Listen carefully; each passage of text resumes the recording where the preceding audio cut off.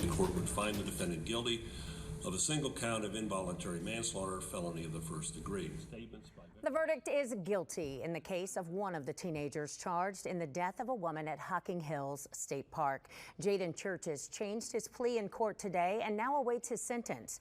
10 TV's Brittany Bailey was there to hear his message. More than 1 year after Victoria Schaefer was killed, one of the teenagers charged in her death is now admitting his crime. As to that charge, how do you plead? Guilty. Jaden Churchheus, who is now 17, pleaded guilty to involuntary manslaughter, a first-degree felony. As part of a plea agreement, his other two charges, murder and reckless homicide, will be dropped. Churchheus and another teen, Jordan Buckley, were charged with forcing a log off a cliff at Hocking Hills State Park on Labor Day of last year. That 74-pound, 6-foot-long log landed on Victoria Schaefer, a wife and mother of 4, killing her almost instantly. It was more than a month later when the two teens were finally arrested and charged.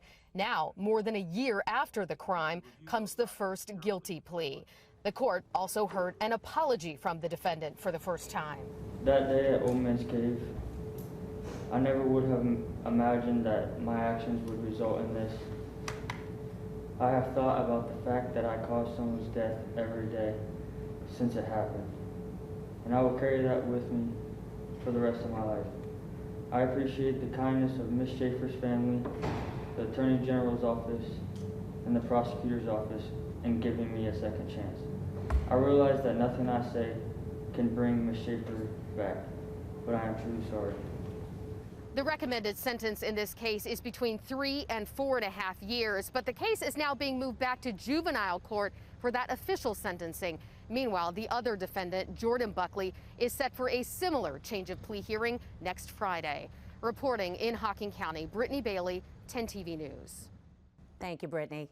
Victoria Schaefer's husband was in court today. He indicated that he would speak at the juvenile sentencing hearing scheduled for October.